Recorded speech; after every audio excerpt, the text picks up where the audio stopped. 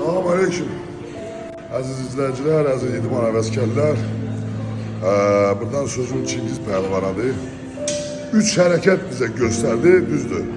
Axırıncı hərəkət adam Allah var, ağırlı qardaş. Bu abratlı var, inşallah. Tərsinə var, çox ağırdır, maşallah. Onu məşq eləmək lazım, mən dedim, inşallah onu proqrama salmışam. Çingiz Pəhləvan, pəhləvansan, genç pəhləvansan, super güclüsən qardaş. Ama bu da benim özümün de bu. Bunu özüm eləyirəm, mən eləmişəm bunu həmişə.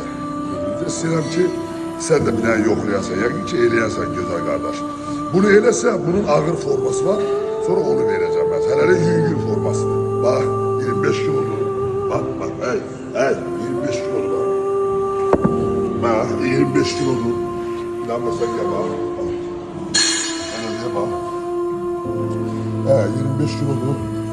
Yani ki, göster. Yani ki, güzel kardeş.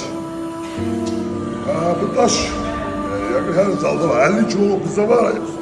Çok zalda olur. Ama 25 kilo olar. Bir de yoxlayasan kardeş.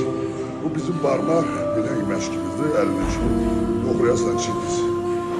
Yani ki, eləyəsən Çingiz. Elə bilməyəcək bir şey yoktu güzel kardeş. Bak, gittik. Yallah. Heh. Daha böyle bir format. Ola! Hop!